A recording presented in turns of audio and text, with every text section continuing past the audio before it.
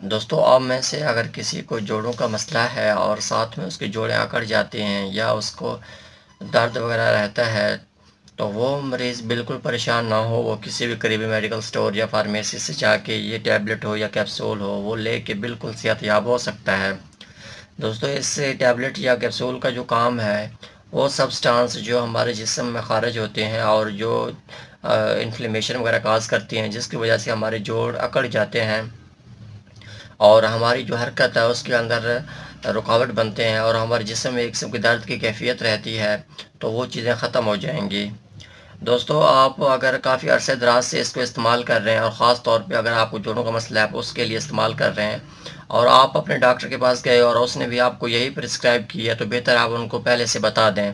تاکہ وہ اس کے ساتھ کوئی اور چیز اگر آپ کے لیے مناسب سمجھیں تو وہ لکھ دیں۔ دوسری بات یہ ہے کہ دوستو جب بھی آپ اس کو استعمال کر رہے ہوں بہتر ہے کہ آپ دن میں ایک بار اس کو استعمال کریں اور ایک فل گلاس پانی کے ساتھ اس کو استعمال کریں۔ اس کو لینے کے بعد فوراً لیٹ نہ جائیں،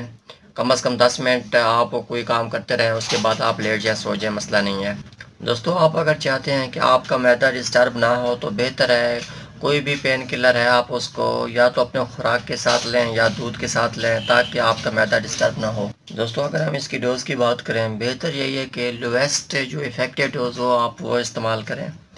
اور ڈوز کو انکریز بالکل نہ کریں۔ ڈوز کو انکریز کرنے سے آپ کے جسم کے اوپر ایڈورس افیکٹ ہو سکتے ہیں۔ دوستو آپ اگر ضرورت کے وقت ہی اس کو استعمال کر رہے ہیں تو بہتر ہے کہ آپ کو جیسے ہی کوئی پین کی سگنل وغیرہ ملے تو آپ اس کو فوراً استعمال کریں۔